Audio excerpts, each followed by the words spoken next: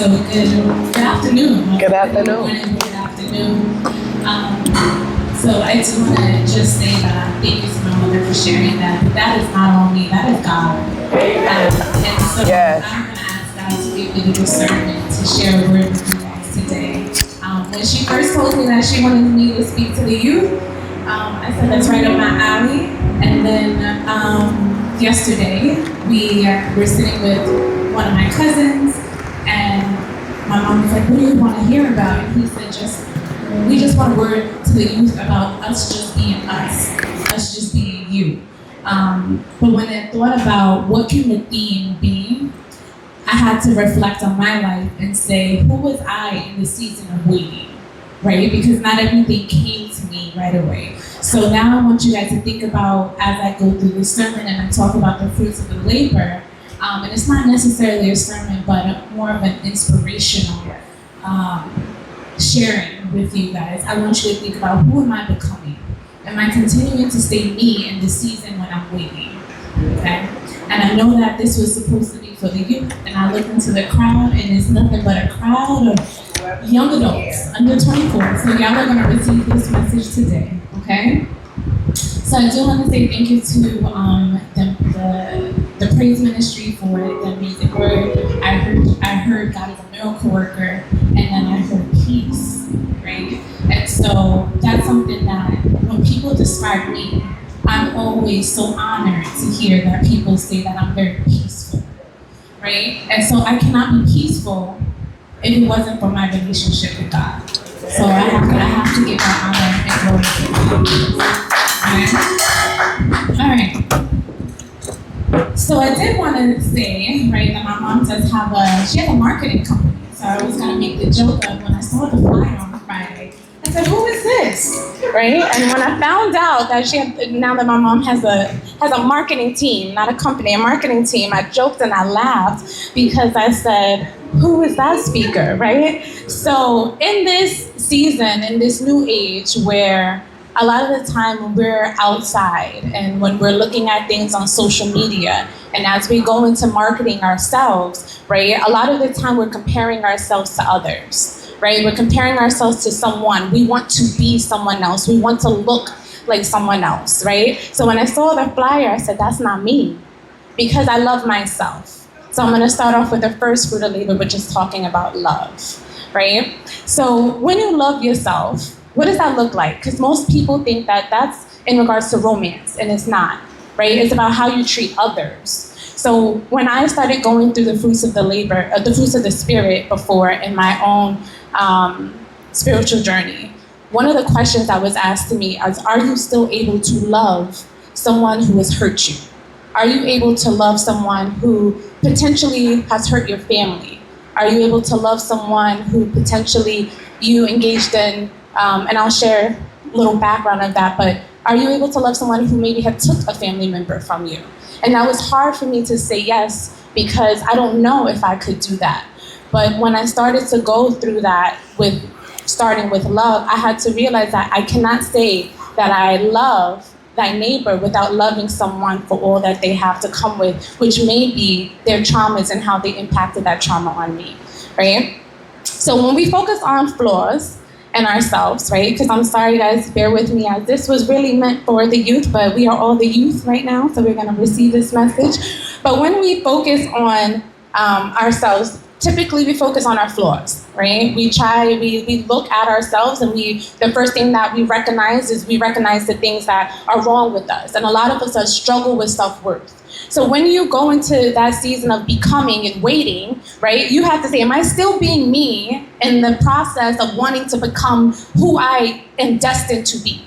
And sometimes we say, I want to become a police officer. I want to become a teacher. I want to become a judge, a lawyer. I just want to become an entrepreneur. But what does that look like? Is that what God has destined you to do? Or are you becoming what you think is destined for you, right? So as we look into still loving ourselves, are we loving ourselves for what we foresee our path that was provided from us from God? Or are we picking to choose a path that we think is comparable to what we see on social media or out in the public compared to others and what they have done, right? So a lot of the times when people ask me, Kadeen, what is your journey? I told them, you don't want to know my journey, right? Because a lot of the times my journey is not going to be reflective because everyone has a story. And I do have a story, right? And I do have a story to tell, but that's not for me to put my story into somebody else. However, y'all going to hear a little bit about my story. All right. So one of the talking points in loving yourself is you cannot fully become yourself while wishing you were someone else. So as I ask you guys to go into this message with me, I'm asking you guys to reflect into different points of the message. So the first reflecting point, what is one thing that you genuinely appreciate about yourself? I shared earlier that mine is, I love that people say that I'm peaceful. My peace comes from surrendering. When people come into my office and dump their problems on me, when I deal with teachers all day long that have 1,000 complaints about students, they always ask, how come you never seem concerned or worried? Because when I am concerned, I open my arms to God and I surrender because I don't have the answer. So in this reflection, I want you guys to think about what do you genuinely appreciate about yourself, okay? And then how would people describe you? Would they say the same thing in your season of waiting and how you love yourself, okay? All right, the next reflection point. Do you celebrate your gifts or focus on your shortcomings? That's a hard one. Because a lot of the time in the season of waiting, we want things now. And that's not realistic to want things in the moment, right? So when we're looking for the answer in the moment, how are we treating others while we're waiting? Are we now being short with others? Are we now acting as if someone owes you something, right? Are you continuing to be you? So I'm gonna take that from my little cousin Jalen. He told me, be you, Kaveen. I don't want nothing else but for you to be you. So are you being you, the person who still instills love in yourself and love in your neighbors? Or are you turning into someone else and becoming someone else in that season of waiting? Okay? All right. The world does not want another copy, guys. I tell my students all the time when they come into my office, we don't want another copy.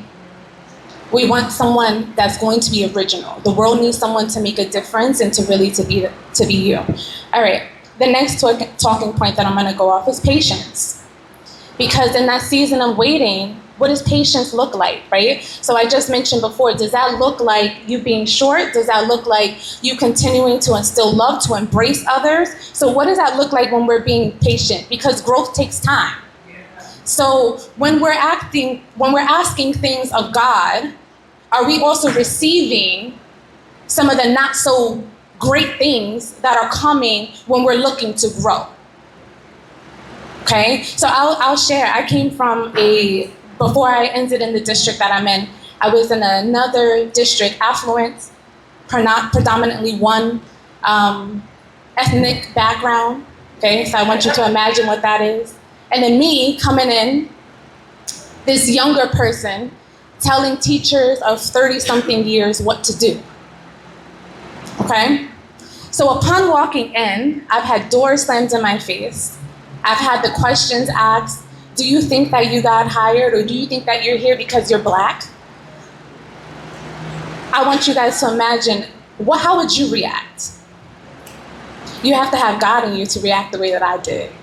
Because that patience came with knowing that this growth and the time that God enabled me to be a leader, he prepared me to respond to people a certain type of way. He knew that I was going to be in locations and in institutions where I had to make a change, but people were not going to accept me, right? So this patience of being able to say, what do you think?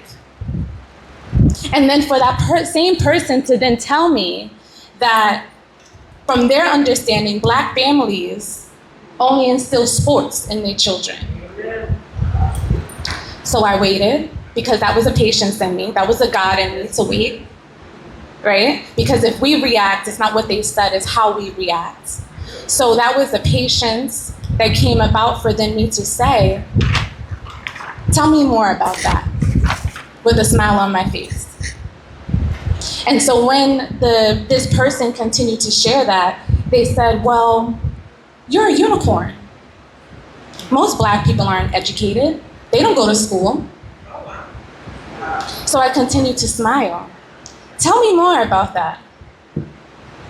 So then she said to me, I just said she, if she's going, I hope this don't come across, right? But then she continued to say to me, well, if you look at statistics, it's usually white men or white women sitting in the seat, but it's harder to be a white woman. Really, was my response. Tell me more about that. So then I had to share with her in that moment that her statistics are wrong. Because if she goes online, even with a simple Google review, a Google search, she can find that actually Black women are the most educated. Because we don't just stop at bachelor's degrees. Most Black women that go into education go into their master's and then they go into the doctoral. So I'm not a unicorn. I'm just a part of the statistic, and a good one at that. So I'm sharing that story because I wanted you guys to hear my reaction, which was, tell me more about that. Not most people can react that way, but that patience was really instilled from God. So as I share, right, about a reflection, because I want you guys to continue to reflect as I go through some of the fruits of the Spirit, I want you to think about, am I ready? If that was to happen to you, would you be prepared to have that conversation? Or are you rushing your journey? Because a lot of us want what we want in the moment, but can you handle, are you ready? Are you being prepared? Because remember, growth takes time. So if you want to become a leader, you have to be prepared to come with what that comes with, but you have to handle that in a way that's represented by who you are, and that is being you. So am I rushing my journey? Am I ready? Right? Next reflection in this fruits of the Spirit for the patience would be, what lesson might this season be teaching me as I'm waiting? What lesson? Okay? All right, our next one. I like to adhere to my talking points, as I typically do. Okay. Faithful. I'm not going through them all, but I'm going through a couple just so I can inspire someone. And I'm just going to share something about my day. So I knew that when I told my mom yesterday, my little brothers, they were texting me and they were trying to convince me not to do it. We were in a little group chat and they said, Kaveen doesn't really want to do it. And I said, I really don't. But then this morning I woke up, and I usually have good mornings because I meditate, I journal, I do. I'm one of those. This morning was not that morning. I woke up, I'm gonna be completely transparent, I cried this morning. On top of that, after I was completely done getting ready, I actually misplaced my key. And I said, maybe this is a sign. But I had to then think about it, and I said, sometimes the devil has to show you that he's still there. So I'm getting ready and I'm practicing what I'm going to speak about today. And I said, you know what? How could I assume that something negative wasn't going to happen? Because the devil had to show me that you think that he has his way, but let me show you a little bit that I'm going to insert myself so you still have the reminder that I'm still there. But God is good, right? Didn't I mention that before? I didn't find my key, but guess what? I'm a saver. I'm a money person. So I have a car, paid it off. Got another car, paid it off. So I had a second car.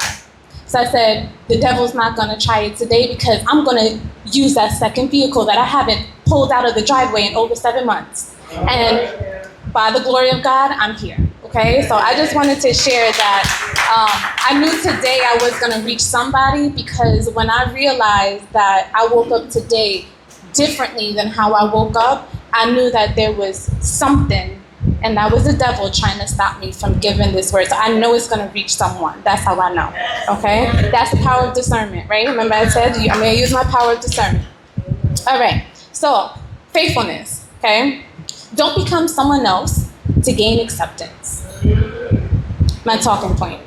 Second one, stay true to your values.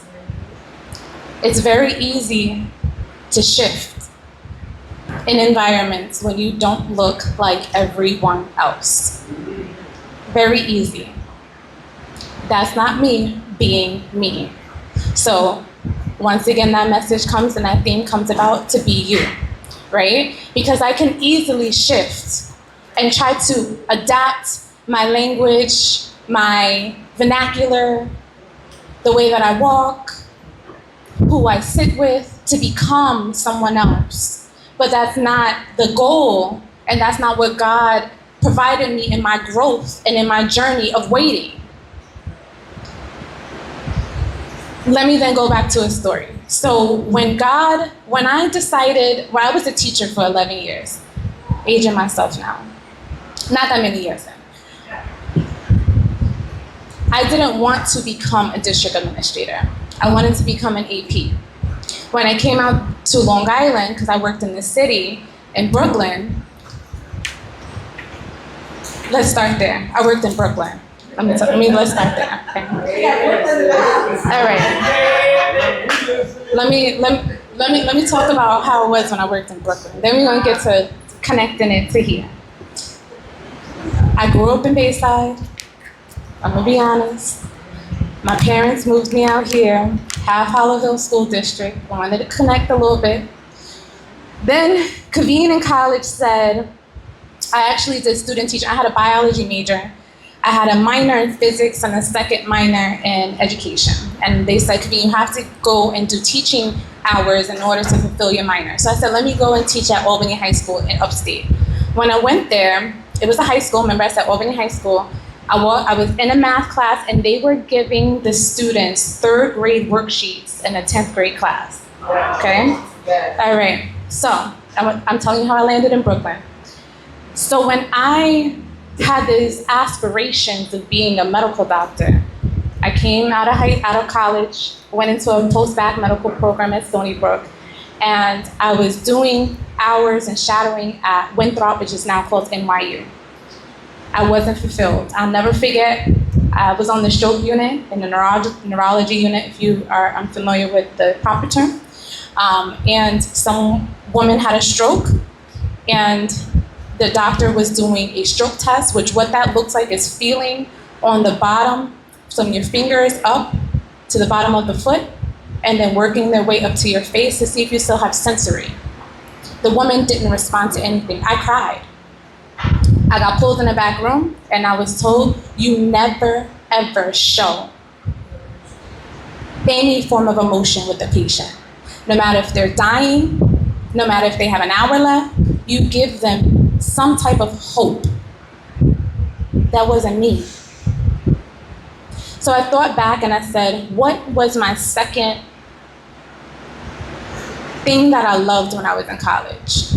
And I remember sitting with those students that had those third grade worksheets, stuffing them in my bag, and coming into that classroom as a teaching student and handing them 10th grade worksheets on the low.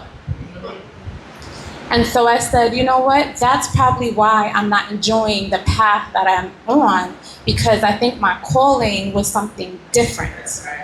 And if I wasn't in schools that were predominantly white, maybe I would have been more knowledgeable to what happens in schools that don't reflect those types of students or backgrounds of students. So here I'm back in Brooklyn. Okay, so I go to teaching. Crown Heights, District 17, across the street from Albany Projects. Y'all hear that? I did my student teaching at Albany High School, and then I landed out of school, and I only found out after I took the position that across the street was Albany Projects. Okay, talk about God. All right, down the street is a homeless shelter, and 2 blocks from that homeless shelter is then another shelter, but it's a home for immigrants that are seeking refuge. Okay. Here I go, coming from college, into a school where kids were tearing me apart. Tearing me apart. Those were the best times of my life. because I was able to give back my love for science to the most disadvantaged, unrepresented students in an area where majority of them were homeless, didn't have a socket to charge a phone, and that's how I learned to become who I am today. Because a student walked into my room, he said, "Miss Lori, I just want to charge my phone." I said, "Charge it at home." He waited until the class was over, we closed the door, he said, "I live in a shelter. If I put my phone on the charger, my phone will be gone." Reflect. Okay?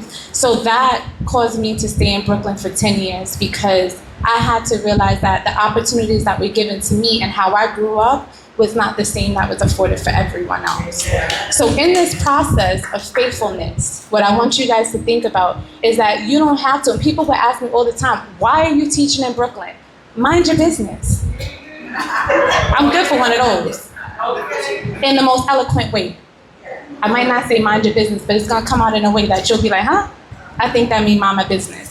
Mind your business, right? So a part of this is staying true to your values. I could have taught in any school district. I had a degree in biology. I had a second degree in physics. That's what you call a unicorn. So instead, I decided to go to Brooklyn to stay faithful to what I believed, which is to pour back into my community, okay? So I want you to think now, what are you pretending to be? Are you pouring back into yourself, into your community? Are you pouring back into who you are becoming? If you want to become something, right, what does that look like for you to pour into that part of you? You can't say that you want financial freedom if then you wake up and you get on your phone the first moment that you wake up. You can't say you want financial freedom if you decide to turn on the TV and watch a reality show instead of going on YouTube and Googling how many accounts you can open and what kind of savings accounts will help you save money. So are you being faithful to you?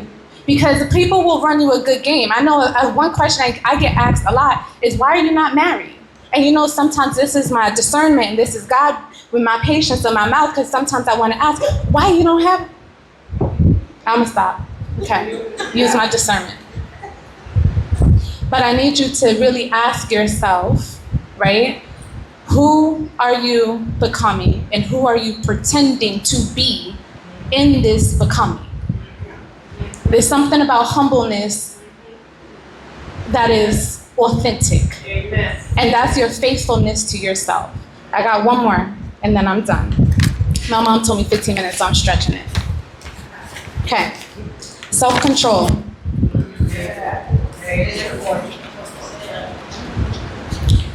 In an environment where the political environment does not allow those of many of us in the audience, in the sanctuary, to be accepted, right? How do you contain your self-control when other people's opinions about your life and what your life should be like are constantly spoken about in public? How many times did someone put their opinion on what you should be doing at that moment in your life? When I was in my 20s, there was a lot. I had the idea, I want to be married by this time. I want to have a house at this time. I want to. Those are my own personal opinions because those is what I thought mattered to other people and how they would view me if I didn't have those things accomplished, right? So not every voice deserves influence either. Sometimes we take influence from devil worshipers and not even realize it. So when people tell me, you know what I say? I'm taking it with a grain of salt.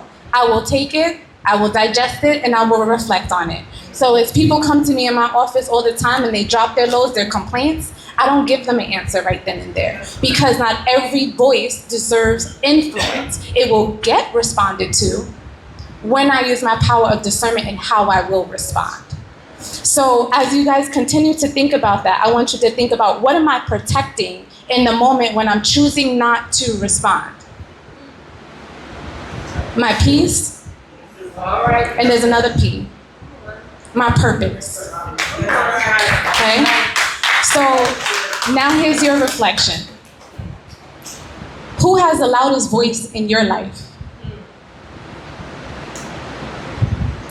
That's my teacher waiting time. Is that voice helping you grow?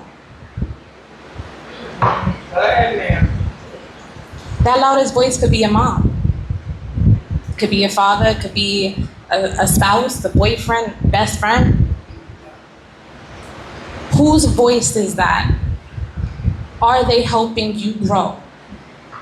If the loudest voice in your life is not helping you grow, I need you to diminish that voice. People think that my loudest voice was my mother. She's loud.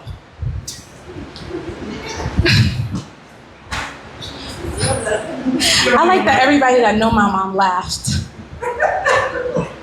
But she's not the loudest voice in my life. The loudest voice in my life is God.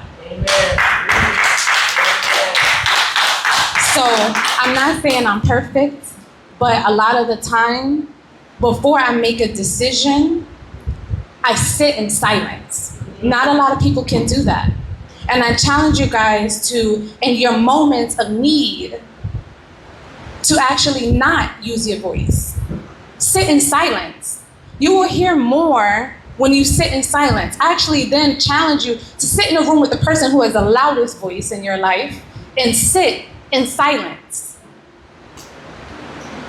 Then I want you to, I'm going to challenge you, sit in the room with someone else that's also you consider a close friend, a close relative, or sit with a colleague, sit with someone who you actually look up to, and sit in silence.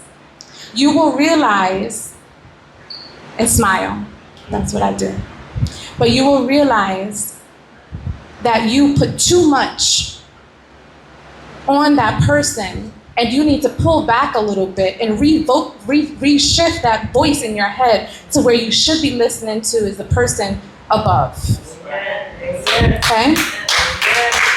So I'm going to cut myself a little short, and I'm going to just allow you guys to go into some more reflection. In the process of becoming you, I want you to do a couple of things. Stop chasing approval. Stop comparing yourself to others. A lot of people put filters on, and I'm not talking about just the ones on their face. I'm talking about a lot of people put filters on their mouth. People will filter out what they're saying to you, and then in their homes will be something else. In their car, when they're on the phone, it will be something else. Who they are when they're comfortable with will be someone else. So stop seeking approval from others and seek approval from God. Every decision that you have, I want you to ask yourself, does God approve of this? I've had my weak points where I've had to come back and say, Kavian, God didn't like that one. But that's where the power of forgiveness comes from. But that's also then where I'm continuing to grow. Because like I said, I'm not perfect, right? 2 other reflections as I close. Find confidence in your journey. It's not meant to be the perfect road. I've had a lot of bumps, some bad ones, and I've taken a lot of L's, a lot to the chin by myself. Told y'all I cried this morning. That was an L I took to the chin by myself. But I choose not to call my mom. I choose not to call someone else because I told you guys, what do? I sit in silence. So as we close, I only chose a couple of fruits of the Spirit today because those are the ones that have defined and is continuing defining who I am in my practice and my leadership. And I have kind of altered this a little bit to the audience because I wasn't originally what I was saying to the youth, but I wanted them more to learn about who they're becoming in the process of waiting, because the youth is very compulsive today, impulsive and compulsive. And that becomes from technology, the instant gratification of everything. Text message has to be instant. Uber Eats has to be instant. An email has to be instant, but that's not reality. So that was my original message to the youth, was who are you becoming in this season of waiting? But I'm glad that God gave me the discernment to kind of alter my message a little bit so that you guys are more reflective in who you are becoming as you continue to be you. So I just want to say, continue to be patient, continue to be loving to yourself. Remember, love is not romance. It's how you treat others when no one's looking. It's how you treat yourself when no one is looking. Continue to be faithful, continue to be disciplined, and continue to be more at peace. And when things are not going your way, think about who you are when things are not going your way. And then I challenge you guys with one last thing. Please, please, please surrender. Because that doesn't mean that you have to get on your feet and surrender. It simply is just opening up your arms and sometimes I don't even say anything. When problems are arising, I just open my arms because God knows that means I'm surrendering my problems to Him. So thank you guys, amen. I thank you for this word. I thank you for your time today. And I thank you for my mom for giving me the opportunity to share with you guys about how I got to where I am. And if you receive this message and there's a youth, you know someone who is considered a youth in their age, and I'm saying even if they're a young adult, I do challenge you to share this message with them, or a piece or a point of the message with them, so that they're continuing to grow into the best adult that they can be. And thank you guys.